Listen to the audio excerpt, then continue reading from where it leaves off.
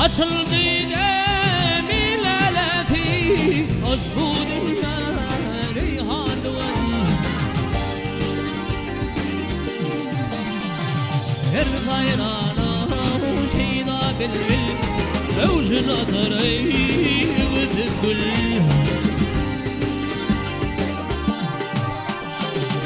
Aşık bolğun ey muniyat bil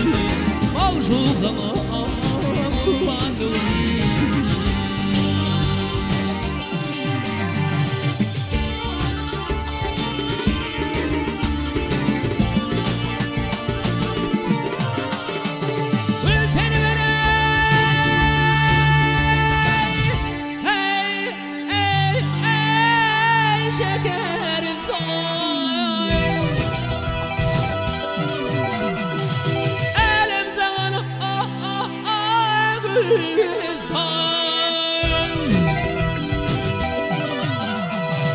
Koynum İsreyey bağlı bollar Koç yiğitleri olmanın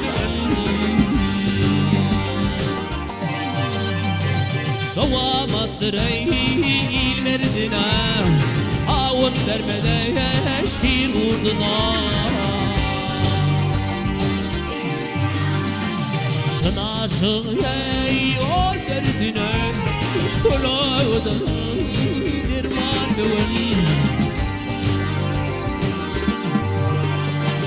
Yermandıvan, yermandıvan, ey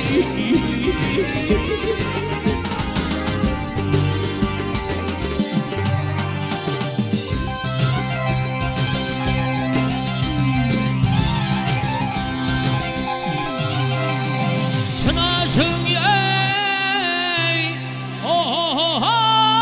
derdine ey Parağıdan o Prag'dan Yermandıvan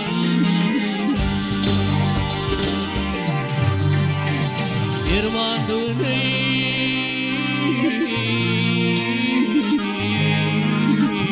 ay